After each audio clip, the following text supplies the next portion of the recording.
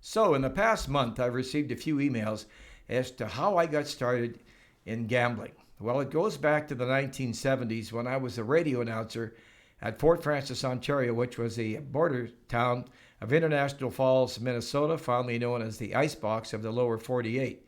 And getting a cable feed from the U.S. side of International Falls, it was the Minnesota Vikings every Sunday when they played, or sometimes when they played the Lions on a Thursday. So anyway, one day I worked the 6 to midnight shift. I was a rock jock. So one day a guy popped into the station around 5 o'clock, and I was in there doing some prep work. And he said, "Hey, kid, I'll give you a double sawbuck if you read the NFL preseason scores tonight as the games go final." And I said, "Heck yeah, for a double sawbuck, no problem." And the reason being is this guy was, I believe he was from Chicago. I never did really ask.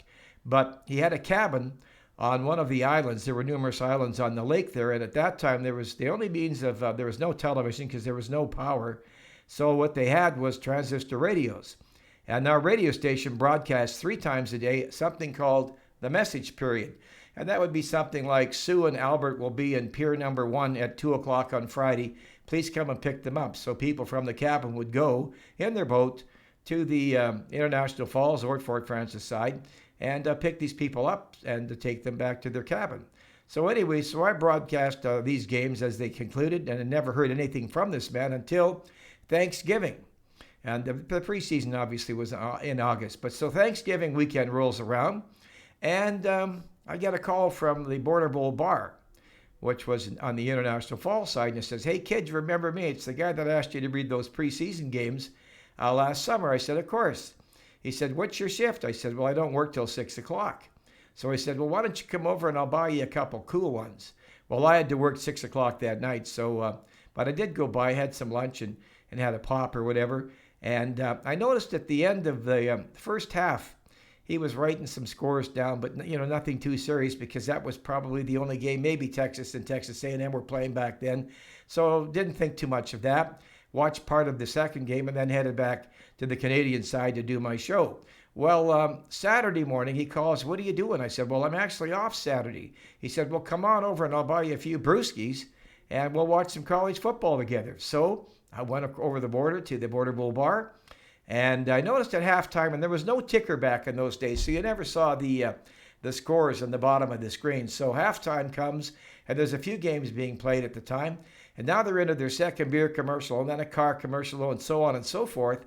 And I see him writing on a tiny, tiny slip of paper. He's writing down, "So do you mind if I ask you what you're writing?" He said, "I'm writing down the scores, the halftime scores." I said, "How the hell can you remember that?" He said, "Oh, years of practice." So it didn't take too long till I figured out that the guy was a bookmaker. So he said, "Do you like football?" I said, "Oh, yeah, I'm a numbers guy. I love football." So he went back to wherever he was living. Maybe it was Minneapolis. I had a hunch it was Chicago. And a couple weeks later, in the mail, I get a package. And what it was point spread results from 1960 into the 70s of every team. And, they even had, like, when the Cincinnati Bengals entered the league in 1967, I recall there was one game they were playing the Raiders. And the line was 21.5 points in favor of the Raiders because Cincinnati was an expansion team. And what happened? The Raiders won that game by 21 points.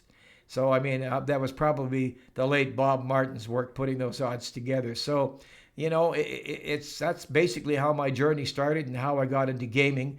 I left Fort Frances, went to Thunder Bay, then Regina, and then I moved up to Edmonton. And that is the second part of this story, which will continue as to how Monday Night Football became a bookmaker's best friend. Thanks for watching. Don't forget to subscribe. Hit that subscribe button. And for Systems and Comps Daily, visit my website, gregdempson.com. Thanks for watching.